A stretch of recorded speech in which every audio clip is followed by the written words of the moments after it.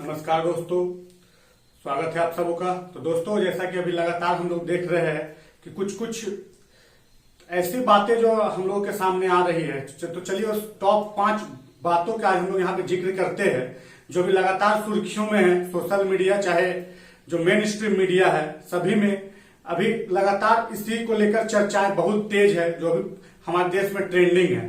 तो चलिए सबसे पहले इस अपनी खबर की शुरुआत करते हैं। रामदेव बाबा ने जो एलोपैथ को लेकर जो अपना बयान दिया है उस पर, जिसपे रामदेव बाबा ने ये कहा था कि एलोपैथ की जितनी भी दवा है वो कोरोना के लिए कारगर नहीं है, जिसको लेकर पूरा देश में अभी दो खेमे में लोग बंट गए हैं। जो एक रामदेव बाबा के समर्थन में यह कह रहे हैं कि ये एक विदेशी साजिश है रामदेव बाबा को बदनाम करने की, तो वहीं कुछ लोगों का यह कहना है कि रामदेव बाबा ने जो यह कहा वो गलत कहा। तो दोस्तों, अगर इसमें मैं अपनी राय दूं तो रामदेव बाबा ने जो इस बात को कहा है, मुझे लगता है कि इस समय में इस बात को कहना बिल्कुल उचित नहीं था, क्योंकि अभी हमारे देश में लगातार कोरोना के मामले बढ़ रहे थे, अभी कुछ दिनों को छोड़ दिया जाए तो।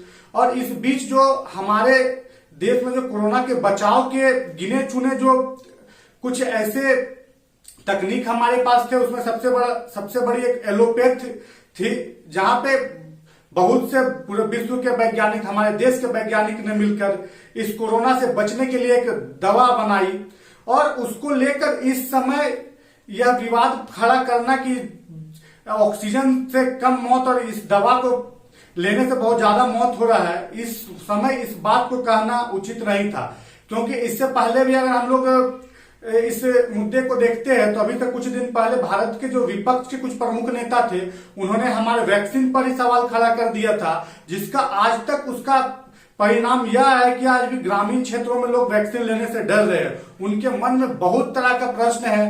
कुछ का कहना है कि वैक्सीन लेने से हम मर जाएंगे, कुछ लोगों का कहना है कि वैक्सीन लेने से तरह तरह की बीमारियां हम लोगों के शरीर के अंदर आ जा रही है, और ना जाने कितने ऐसे दुष्प्रचार जो अभी से कुछ दिन पहले भारत के विपक्षी पार्टी के कुछ प्रमुख नेताओं ने उठाया था, जिसका खामियाजा आज तक देश के लोग भुगत रहे हैं और अभी भी वैक्सीन लेने से डर रहे हैं। जहां केंद्र सरकार लगातार यह प्रयास कर रही है कि ज्यादा से ज्यादा लोगों का वैक्सीनेशन हो, और इस बीच उनके मन में जो यह डर है वो कहीं ना कहीं एक अपना जगह बना लिया। लोग अभी वैक्सीन लेने के लिए नहीं जा रहे हैं। और एक बार फिर से अगर इस तरह की बातें आएंगी कि जो एलोपैथ ने अपनी दवा बनाई है वो कारगर नहीं है, उससे लोग मर रहे हैं, तो एक बार फिर से इसका दुष्प्रचार फैलेगा और लोग अब इलाज कराने से भी कोरोना के डरेंगे।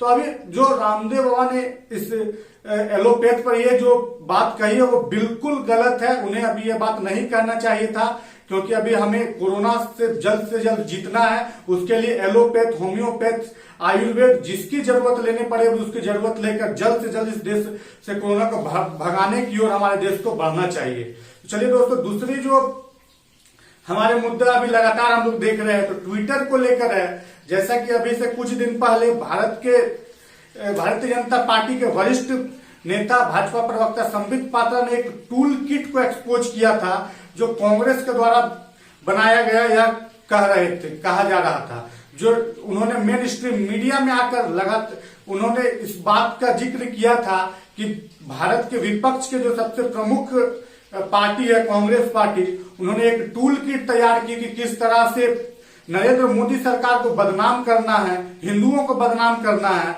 जिसको एक्सपोज किया गया था। उसके बाद जब यह ट्विटर पर ट्रेंड होने लगा तो ट्विटर ने इसे मैनिपुलेटेड मीडिया कहकर इस चीज पर रोक लगा दी, और उसके बाद से ही यह विवाद लगातार स्टार्ट होने लगा। क्योंकि हम लोगों ने लगातार इस चीज को देखा है कि ट्विटर अब अपने आप को सरकार समझने लगा है।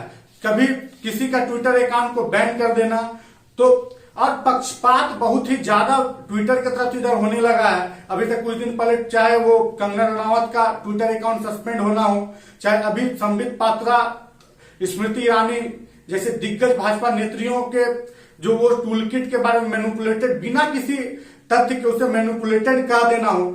क्योंकि बिना किसी तथ्य के इसलिए क्योंकि अभी से 1 या 2 दिन पहले जब ट्विटर के 2 हेड ऑफिस में भारत के जब उन लोगों ने जाकर इस बारे में पता करने गए कि आखिर टूल किट के बारे में आपको क्या इसी जानकारी मालूम है, जिसके चलते आप मैनिपुलेटेड मीडिया कह रहे हैं, तो सीधा से ट्विटर इंडिया ने इस चीज से पल्ला झाड़ लिया। उन्होंने कहा जाके अमेरिका से पता करिए, इस चीज को मैंने नहीं बल्कि अमेरिका ने किया है। तो बिना किसी तथ्य के जिस चीज पर जांच चल रही है, जिस चीज पर सरकार जांच करे, दिल्ली पुलिस जांच करे कि ट्विटर इंडिया कौन होता है इस चीज को बोलने वाला कि वो मैनिपुलेटेड था।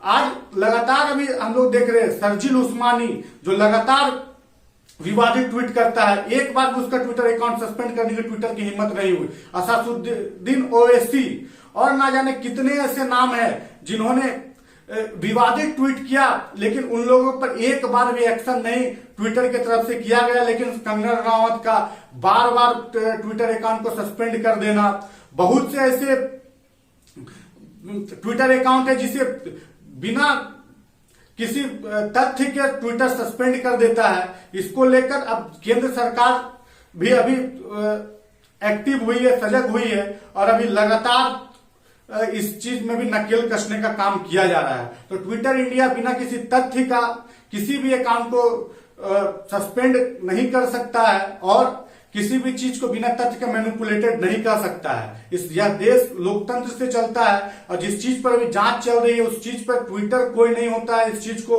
बोलने वाला कि ये मैनिपुलेटेड है या नहीं है। या तो अगर आपके पास ठोस सबूत है तो आप केंद्र सरकार को दे, दिल्ली पुलिस को दे और आप इस चीज में उनकी जो जांच चल रही है उसमें भी मदद करने का प्रयास करें। लेकिन बिना किसी तथ्य का इस चीज को कहना बिल्कुल गलत है। तो चलिए दोस्तों हम लोग चलते हैं तीसरी अपनी बात की ओर। तो अभी हम लोग लगातार देख रहे हैं कि पूरा देश अभी दूसरी लहर से हम लोग धीरे धीरे उबर रहे, उसके बाद तीसरी लहर की तैयारी में लगे गए हैं। दिल्ली, मध्य प्रदेश, उत्तर प्रदेश जैसे बड़े बड़े राज्य इस चीज थर्ड वेव को रोकने का पूरा प्रयास कर रहे हैं। लेकिन इस चीज पर हम लोगों को जो थोड़ा सा, लेकिन क्या सचमुच दिल्ली की सरकार और जितनी भी सरकार है वो इस तीसरे वेव को रोकने का प्रयास में लगी हुई है?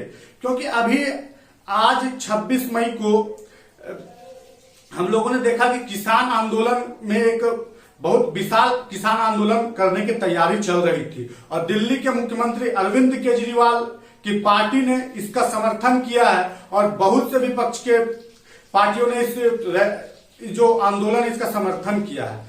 क्या ये जो किसान आंदोलन होगा ये एक कोरोना स्प्रेड बनने नहीं बन सकता है? इस चीज का जवाब क्या अरविंद केजरीवाल उसकी पार्टी जिसने इस चीज का समर्थन किया वो दे सकते हैं? और अगर यह स्प्रेड बनता है तो इसका जिम्मेवार कौन होगा? क्या यहाँ पे भी हर चीज में सियासत करना सही है? अभी जब हमारा देश कोरोना जैसे महामारी से लड़ रहा है उस समय इस तरह का आंदोलन करना और एक बार फिर से कोरोना की लहर को तेज करना आखिर कितना सही है? क्योंकि अभी आखिर इस आंदोलन की ज्यादा जरूरत है, कोरोना को इस देश से भगाने की ज्यादा जरूरत है। अभी अमेरिका, इजराइल जैसे बहुत से देश अभी कोरोना फ्री हो चुके हैं वैक्सीनेशन के चलते।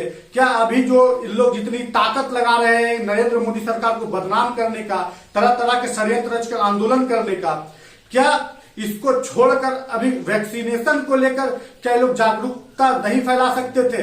लेकिन नहीं, इन लोगों को अभी भी राजनीति करना है और राजनीति करने के लिए ही वो लोग इस तरह के प्रोपागेंडा फैला रहे हैं और इस तरह के आंदोलन का समर्थन कर रहे हैं ताकि एक विशाल संख्या में लोग आए और एक बार फिर से हमारे देश में कोरोना बढ़े और लोग नरेंद्र मोदी सरकार को बदनाम कर सके। आखिर और कोई कारण तो मुझे नहीं दिखता कि अभी इस आंदोलन की आखिर जरूरत क्या है। लगातार कभी शाहीन बाग तो कभी दिल्ली 26 जनवरी, आखिर जरूरत क्या है? अभी हमें कोरोना से लड़ना है लेकिन इस चीज को लोग समझ नहीं रहे हैं। तो चलिए दोस्तों हम चलते अगले टॉपिक की ओर। तो अभी से कुछ दिन पहले नरेंद्र मोदी जी ने भारत के डॉक्टरों से बात करते हुए भावुक हो गए थे और उनके आंख से आंसू टपके थे, जिसके लेकर एक बवाल मच गया। इस देश की विपक्ष पार्टी और जो अपने आप को क्रांतिकारी पत्रकार कहते हैं वो इसे घड़ियाली आंसू, मगरमच्छ के आंसू बोलकर इस चीज से मोदी को टारगेट करने की कोशिश कर रहे हैं। आज आखिर किसके मन में हमारे डॉक्टर के प्रति एक श्रद्धा का भाव नहीं है? जो भावुक नहीं होंगे, इतने सारे लोग मर जाते हैं डॉक्टरों की अगर बात की जाए, सिर्फ अगर दिल्ली की बात की जाए, 100 से अधिक डॉक्टर हम लोगों की सेवा करने के लिए अपने जान कुर्बान कर दिए। लेकिन इस चीज से इस देश के जितने भी अपने आप को क्रांतिकारी पत्रकार कहते हैं, लोकतंत्र को बचाने की बात करते हैं, खबर को बचाने की बात करते हैं, वो लोग इसे घड़ियाली आंसू कहकर इस चीज को नरेंद्र मोदी को टारगेट करने का प्रयास करते हैं। राहुल गांधी इस चीज पर ट्वीट करते हैं और वो भी मोदी सरकार को घेरने का प्रयास करते हैं। क्या अभी के इस दौर में किनके मन में डॉक्टर के प्रति आज सम्मान नहीं है? और जितने भी लोग इस चीज को जानते हैं कि अभी क्या भूमिका है डॉक्टर्स की और किन मजबूरियों से, कितने कष्ट से वो लोग अभी हम लोगों की सेवा कर रहे हैं, जितने भी लोग, सभी लोग अभी उनके प्रति अपना सम्मान का भावना रखते हैं। लेकिन इस देश का विपक्ष, इस देश की कुछ क्रांतिकारी मीडिया शायद इस चीज को नहीं समझ पाती है। उन लोगों को कोई मतलब नहीं है, डॉक्टर मरे तो मरे, उन लोग को इस चीज से कोई मतलब नहीं है। उन लोगों को एक मौका मिलना चाहिए नरेंद्र मोदी को घेरने का, उससे ज्यादा उन लोगों को और कोई किसी और चीज पर ध्यान नहीं जाता है। ऐसे लोगों को, हम लोगों को, ऐसे लोगों को, ऐसे जो समाज में जो दुष्प्रचार फैलाने का प्रयास करते हैं, ऐसे लोगों से दूरी बनाने की जरूरत है। ऐसे लोगों को एक्सपोज कर पूरे देश के सामने बताने की जरूरत है कि ये लोग असल में क्रांतिकारी पत्रकार नहीं है, बल्कि 2014 से पहले जो सरकार चलती थी उस पे जो ये लोग मिलावटी कर जो ये लोग मोटे मोटे पैसा लेते थे खबर छापने के, मंत्रिमंडल तय करने के, अब ये दुकान उनकी बंद हो गई है, जिसके कारण वो लोग सोच रहे हैं कि जल्द से जल्द नरेंद्र मोदी की सरकार गिरे और हम लोग एक बार फिर से मंत्रिमंडल तैयार करें और मोटी मोटी रकम हम लोग इधर उधर से उगाही करें। इसके चलते वो लोग लगातार नरेंद्र मोदी को टारगेट करने का प्रयास कर रहे हैं। तो चलिए दोस्तों, हम लोग पांचवी और सबसे महत्वपूर्ण टॉपिक पे हम लोग चलते हैं।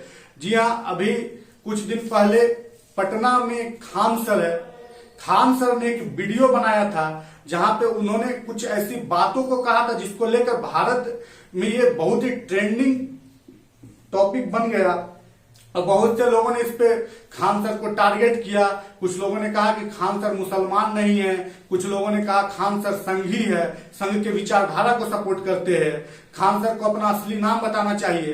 तो चलिए इस टॉपिक पे पहले बात करते हैं। तो सबसे पहले कि एक गुरु जो भी होता है उनका नाम से कोई मतलब नहीं है, वो किस तरह की शिक्षा दे रहे हैं इस चीज को सबसे ज्यादा सम्मान दिया जाना चाहिए, ना कि उसके नाम का, उनका नाम क्या है, उनका धर्म क्या है, उनकी पढ़ाने की शैली सबसे बड़ी चीज है, वो अपने स्टूडेंट्स को क्या शिक्षा दे रहे हैं इस चीज को। और जहां तक खान सर ने जो अपनी वीडियो में उस बात को कहा था कि कुछ लोग 18 बच्चे पैदा करते हैं या पंचर साटोगे अपने बाप की तरह, उसने किसी भी मजहब, खान सर ने किसी भी मजहब को इस पर नहीं लिया और उन्होंने भारत के बारे में इस बात को नहीं कहा बल्कि पाकिस्तान के बारे में इस बात को कहा। लेकिन जो पाकिस्तान परस्त लोग हैं, जिनको लगता है कि मेरे रिश्तेदार पाकिस्तान में रहते हैं, जिनको लगता है कि पाकिस्तान से हमारा एक बहुत ही घनिष्ठ संबंध है, उन लोग को ये बात बुरा लग गया और वो लोग लगातार खान सर को टारगेट करने लगे। क्या खान सर सिर्फ मुसलमानों के जो ये बात होती क्या उसी को सिर्फ टारगेट करते हैं? क्या खान सर ने कभी नरेंद्र मोदी को टारगेट नहीं किया है? क्या खान सर ने और किसी को कभी टारगेट नहीं किया? अगर खान सर को, अगर नरेंद्र मोदी सरकार को अगर टारगेट करने की बात की जाए तो खान सर ने स्पष्ट तौर पर वैक्सीन को लेकर भी इस चीज को कहा था कि केंद्र सरकार से मिसमैनेजमेंट हुआ था, जिसके कारण आज इतना किल्लत वैक्सीन को लेकर हो रहा है। अभी तक कुछ महीने पहले जब ट्विटर पे ट्रेंड हुआ था मोदी रोजगार दो, उसमें भी खान सर ने बेबाकी से अपने हर एक स्टूडेंट को कहा था कि मोदी रोजगार दो को ट्विटर पे 1 नंबर पे ट्रेंड कराइए ताकि बात केंद्र सरकार तक जाए। और कंगना रनावत जो मोदी एक तरह से भक्त की गिनती में आती है, उसको अभी से कुछ दिन पहले उन्होंने 12वीं फेल या 12वीं पास दीदी कर कितना मजाक उड़ाया था। उस समय यही लोग जो खान सर पर प्रश्न चिन्ह खड़ा कर रहे, बहुत ही मजे से इस चीज को वायरल कर रहे थे और इस बताने का प्रयास कर रहे खान सर कितना बढ़िया से समझाते हैं।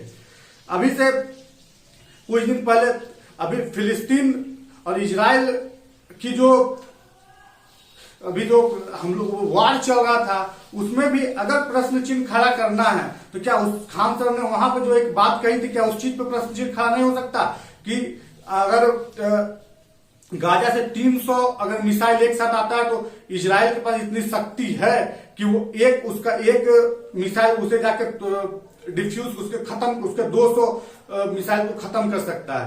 क्या यहाँ पर उन्होंने, अगर मैं एक भक्त के नजर से देखूं तो क्या मैं ये नहीं कह सकता कि खान सर फिलिस्तीन को एक सॉफ्ट हैंड से उसका सपोर्ट कर रहे हैं कि इजराइल बहुत मजबूत है और फिलिस्तीन कमजोर है, इसलिए इजराइल को फिलिस्तीन पे अटैक नहीं करना चाहिए। लेकिन नहीं, खान सर जितने भी बात उन्होंने कहा उनका सारा बात सही था और वो हर एक चीज को अपने मजाकिया अंदाज से कहने का प्रयास करते हैं ताकि लोगों को ज्यादा से ज्यादा देर तक, दिनों तक इस चीज को समझ में आए और उनको जल्दी समझ में आए। लेकिन इस देश में जिन लोगों को धर्म के नाम पर राजनीति करनी है, जिन लोगों को सरकार को टारगेट करना है, जिन लोगों को इस देश के विकास से, इस देश की अर्थव्यवस्था से, इस देश की स्वास्थ्य व्यवस्था से कोई मतलब नहीं, उनका टारगेट सिर्फ और सिर्फ नरेंद्र मोदी होते हैं। वो सिर्फ यही प्रयास करते हैं कि नरेंद्र मोदी को टारगेट किया जाए और एक मौका मिले जिससे पूरे देश में ये नैरेटिव बनाया जाए कि नरेंद्र मोदी अपनी कार्यकाल में पूरी तरह से विफल रहे हैं। इसके चलते वो लोग साम दाम दंड भेद जो भी लगाने का पूरा प्रयास करके नरेंद्र मोदी को टारगेट करने का प्रयास करते हैं। ऐसे लोगों से बचकर अभी फिलहाल हमें सरकार का साथ देने की जरूरत है। अब जब कोरोना खत्म होगा उसके बाद हम लोग इस चीज को देखेंगे कि क्या सचमुच केंद्र सरकार ने कुछ गलती की थी जिसके कारण सेकेंड वेव आया, या कुछ और कारण थे, या हम लोग खुद उसके जिम्मेदार हैं कि हम लोगों के कारण जो ये थर्ड वेव जो आया वो हम लोगों के कारण आया था। इस चीज को हम लोगों को देखना है। तो चलिए आज के वीडियो में इतना ही। जो लगातार 5 जो हमारे देश में ट्रेंडिंग टॉपिक चल रहे थे उस चीज पर मैंने अपनी राय रखी। अगर वीडियो आप लोग को पसंद आया हो तो वीडियो को लाइक करें, हमारे चैनल को सब्सक्राइब करें। जय हिंद दोस्तों।